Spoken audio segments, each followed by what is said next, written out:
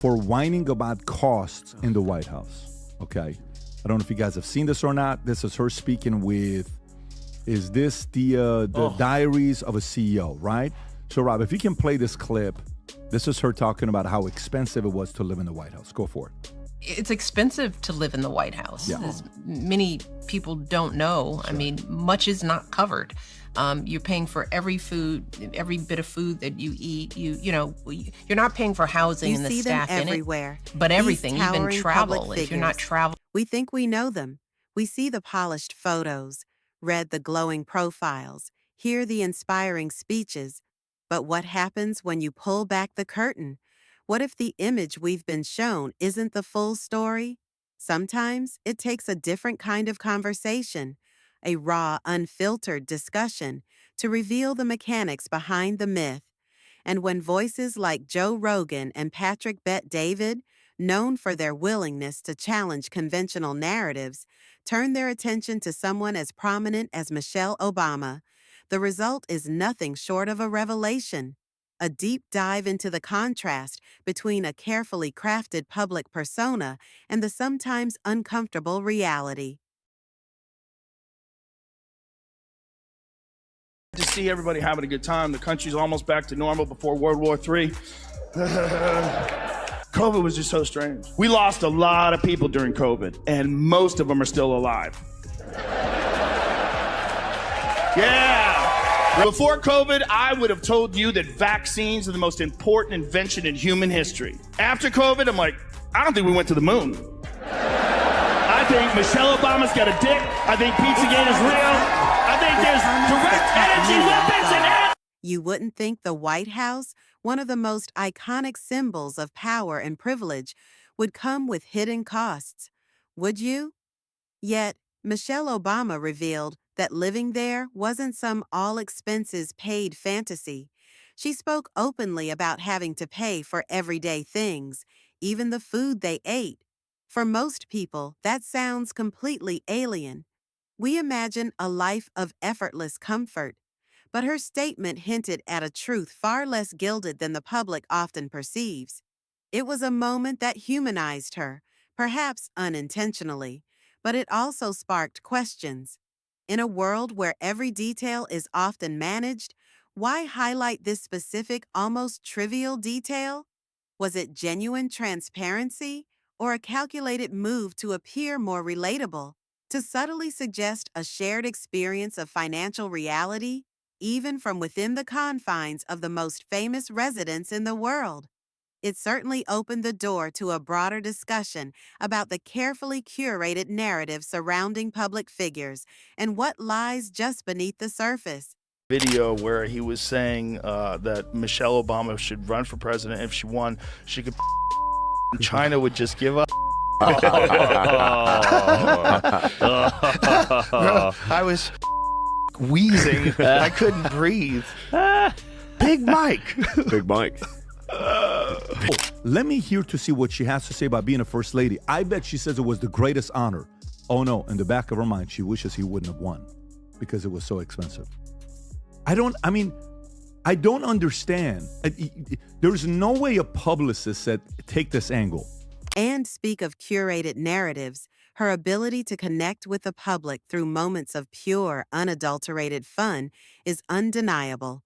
Who could forget her singing along in carpool karaoke, a video that exploded across the internet, racking up a staggering 84 million views, or her appearances on shows like Ellen, radiating warmth and relatability to an audience of millions.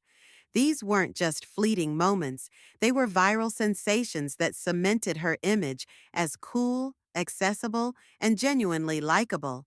They felt authentic, spontaneous, a refreshing break from the often stiff world of politics. But look closer. Were these appearances purely for entertainment, or were they strategic moves to build a brand, to create a connection based on shared laughter and good times, rather than shared values or political substance?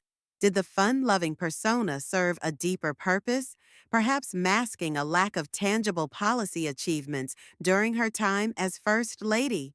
The success was undeniable, the numbers don't lie, but the why behind that success, the impact beyond entertainment, that became the subject of intense scrutiny.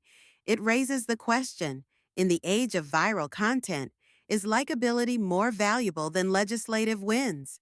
Joe Rogan is calling out Oprah and Michelle Obama for hypocritical speeches at the DNC. Watch. She's up there talking about income inequality. Like, hey, lady.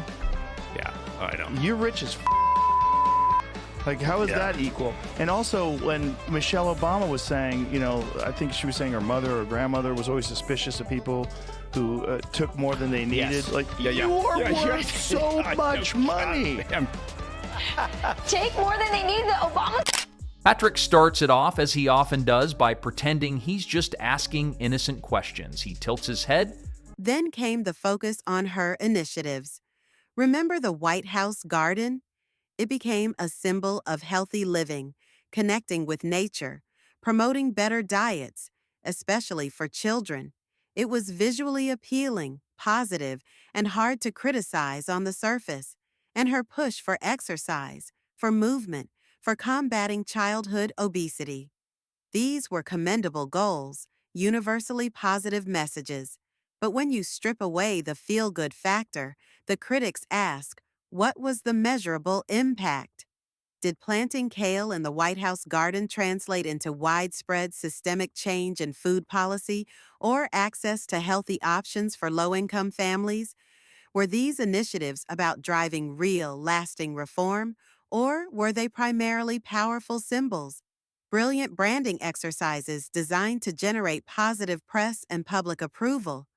It was pointed out that these efforts often came wrapped in celebrity endorsements, shiny logos, and uplifting slogans, leading to the argument that the focus was on the appearance of change, the optics of healthy living, rather than the difficult, often unseen work of policy implementation.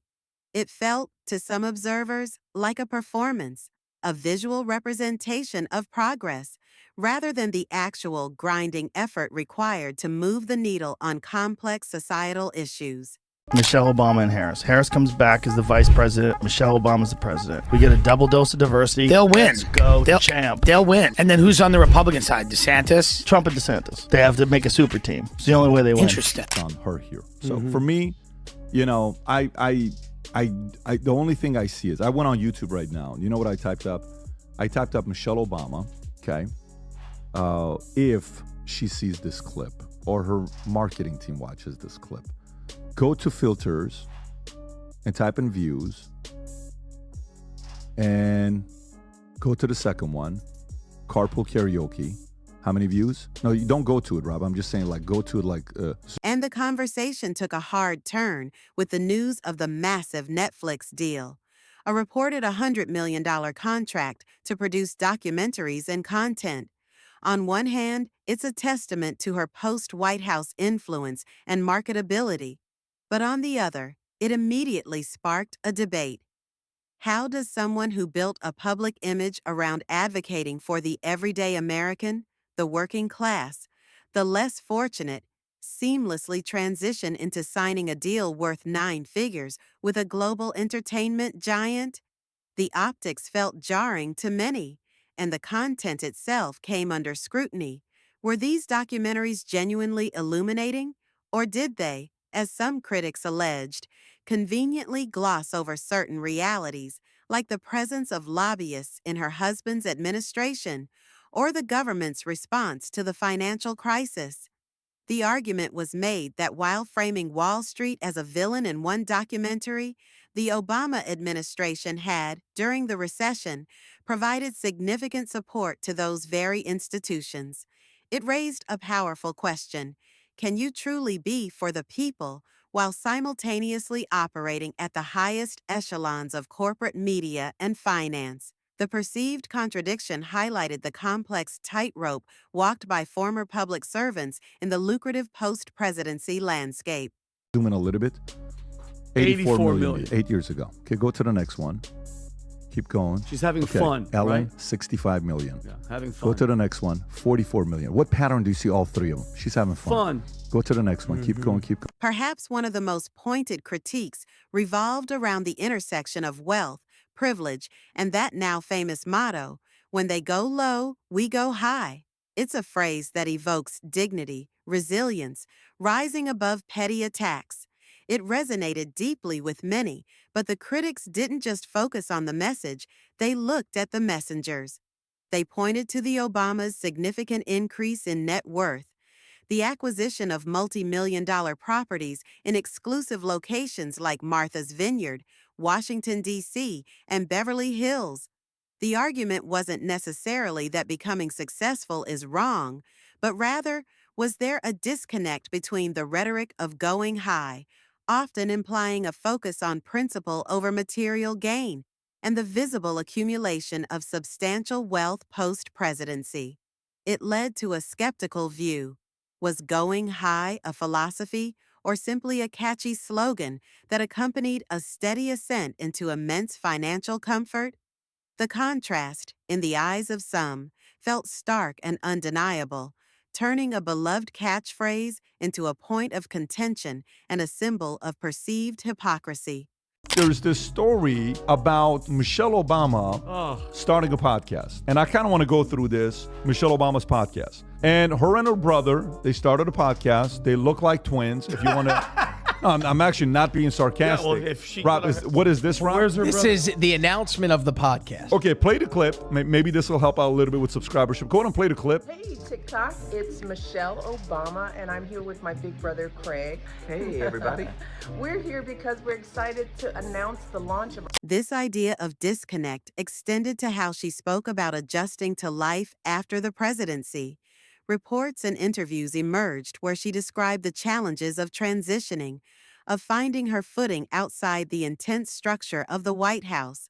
While any major life change comes with adjustments, these comments, filtered through the lens of her luxurious post-White House residences, the multi-million-dollar estates with sprawling gardens, struck a dissonant chord with many. Critics were quick to point out the vast gulf between adjusting from a life of unparalleled privilege and adjusting to the everyday struggles faced by millions of Americans, the economic anxieties, the challenges of affording health care, the crumbling infrastructure in their neighborhoods. It felt to some like complaining about the thread count on the silk sheets, while others were worrying about keeping the lights on. This perception, fair or unfair, fueled the narrative that despite her efforts to appear relatable, her reality was fundamentally disconnected from that of the majority of the population she aimed to inspire. It became another piece of the puzzle, reinforcing the idea of a carefully managed image that struggled to align with the visible realities of her post-presidency life.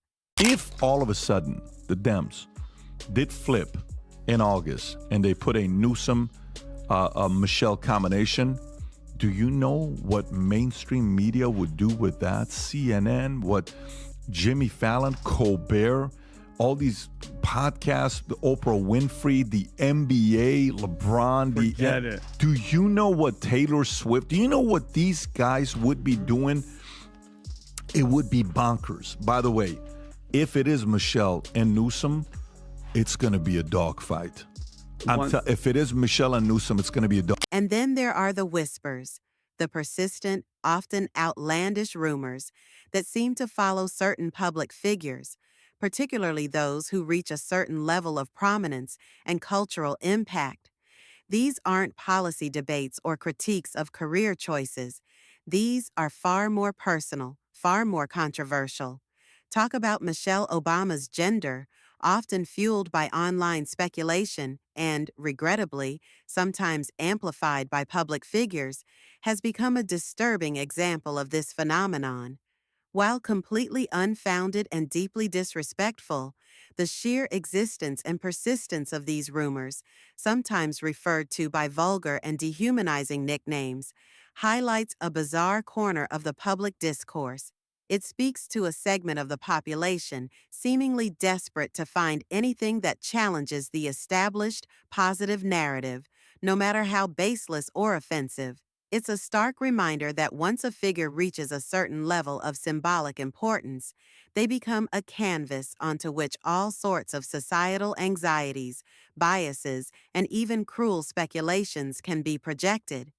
Addressing the existence of these rumors, even in a script like this, is necessary to acknowledge the full spectrum of public discussion and critique surrounding such figures, while being absolutely clear they are just that, rumors, lacking any factual basis, but unfortunately part of the undeniable online conversation. I will not run for president. Yeah, I've heard you say I think Michelle should run. She could win. She could win, I think. I think if she ran, she could win. Do you ever run for office? No. I have to ask you. No. No kind of office. No. I don't think she wants that, though. No, I don't I think she guess. wants that in her life. Just- The bull that they dealt with over the 8 years when he was president. Because I've got these two young people at home. Being the kids, the daughters of a president, just think about it. Not so easy. That job for anybody that really good at it. Yeah, I trust the person who doesn't want the job more than the person who wants the job. It's not something that I'm interested in or would ever do. Looking ahead, the speculation about Michelle Obama potentially running for president is a constant presence in political discussions. Pundits debate her chances, her appeal, her potential impact. But here, the critics circle back to their core argument. Is America ready to elect a president whose perceived strengths lie primarily in brand management and cultivating positive vibes? The critique suggests that her popularity stems from her inspirational messaging, her polished delivery, her ability to make people feel good. But leadership, they argue, requires more than charisma. It requires a track record of difficult decisions, legislative wins, and tangible results. The fear expressed by these critical voices is that a potential presidential run would be based on the strength of her carefully constructed brand, her popularity as a lifestyle icon, rather than on a foundation of deep policy knowledge or proven governance experience. It's the idea that in modern politics, aesthetics might have overtaken action, and the ability to inspire via a book tour or a podcast might be valued more than the ability to navigate complex foreign policy or domestic challenges. Why would you ever post this picture? No, they people were, and I'm actually not being funny. They were asking Barack, why would you ever post this picture? What part of Michelle's picture?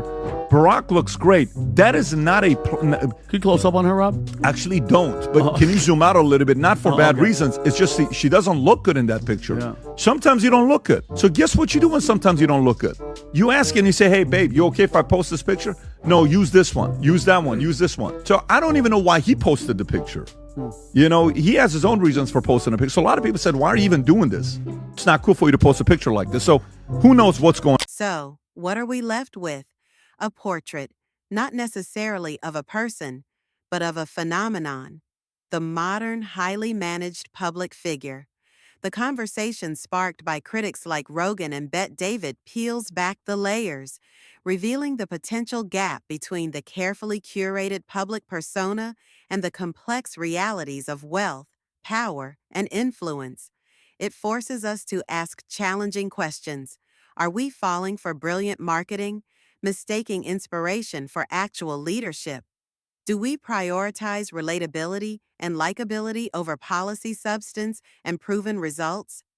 Is the modern public figure a political leader, a lifestyle guru, or simply a highly successful brand? The takedown in this context wasn't a political attack in the traditional sense. It was an exercise in deconstruction, a methodical, sometimes sarcastic, sometimes uncomfortable examination of the machine behind the myth. It suggests that in an age saturated with carefully crafted images, the most powerful act might simply be asking the uncomfortable questions, the ones that reveal the human and sometimes contradictory reality behind the polished facade. And perhaps, just perhaps, that's how you begin to understand the true power of perception in the 21st century. Why would they But label hold it? on, Jamie. Jamie, There's a video of her, and she's Yeah. walking into her apartment Have building. that right here. I just was Okay. playing the one that. That's it. seemed This like is the one. Or the first woman We already president. have it with Obama, so let's just calm down. Got it. You know Michelle is a I'm sorry, she's a what? a transgender. We all know. Oh my gosh. That's pretty funny how she said it. Okay, we all. The narrative took another significant turn with her reported $100 million Netflix deal, a massive venture in media production. This move raised eyebrows among critics, questioning how someone who so publicly championed the common person could simultaneously sign such a lucrative contract. The ensuing documentaries, while produced with high gloss, were scrutinized for potentially glossing over certain realities, like the role of lobbyists in the administration or the handling of economic crises, leading many to wonder if the people's champion was also playing a different, more exclusive game. Your net worth in 8 years, and that's not bad. So can you now go to their net worth today, 2025? What is the net worth It's got to today? be worth a couple $100 million. No? It's two numbers. You see There's 70 70? million to 250 million dollars. So 70 million to 250 million dollars. There's this persistent undercurrent, an idea that perhaps the weight of the First Lady role was more than she anticipated, with comments suggesting she wished her husband hadn't won, a sentiment tied to the perceived expense of living in the White House. This contrasts sharply with her celebrated post-White House life. While the public heard about the difficulty of adjusting from the White House, the reality for many outside that bubble involves adjusting to far more pressing daily struggles. The disconnect between her stated experience and the everyday reality for most Americans started to become a focal point. If you type in a couple other places, you'll see 100 million, you'll see 70 million, but you'll see a couple ranges. But let's just stick to the $70 million. Pre-presidency, 1.7. So expensive being at the White House. It was so expensive that our net worth went from 1.3 million to 12.2 million 8 years later. And then there's that iconic phrase, when they go low, we go high. It's a powerful message of grace under pressure. Yet, the critical lens often applies here too. As the Obamas' net worth grew substantially during their time in office and beyond, some observers couldn't help but draw a stark contrast between this aspirational motto and the tangible accumulation of wealth, sparking conversations about whether going high sometimes meant acquiring more homes and assets. Adding to the swirling discussions are more unconventional and persistent rumors, the kind that linger in the digital ether. Discussions around Michelle Obama's gender identity, often referred to by speculative nicknames like Big Mike, are a prime example of how far some narratives can stretch. While presented in some circles as jokes or playful jabs, the sheer persistence of these ideas, amplified by public figures, highlights a public fascination with digging for any perceived crack in the polished facade, regardless of their veracity. Looking ahead, the speculation about Michelle Obama entering the political arena as a presidential candidate is constant. However, the critique remains that her potential appeal might be rooted more in brand management and carefully crafted vibes than in a demonstrated track record of policy leadership. The argument here is that in today's political landscape, a compelling personal narrative and a strong social media presence can sometimes overshadow the need for concrete policy achievements, leading to a leadership model based on perception rather than proven results. Ultimately, the conversation around Michelle Obama, as framed by these critical voices, isn't about tearing down a person, but about dissecting the construction of a public persona. It's a reminder that in the age of curated content and aspirational branding, charisma can be mistaken for policy, and a compelling narrative can sometimes overshadow the demand for measurable impact. It leaves us to ponder, what do we value more, the polished performance or the unvarnished reality? And in that space between, how much of what we see is truly authentic and how much is expertly crafted marketing?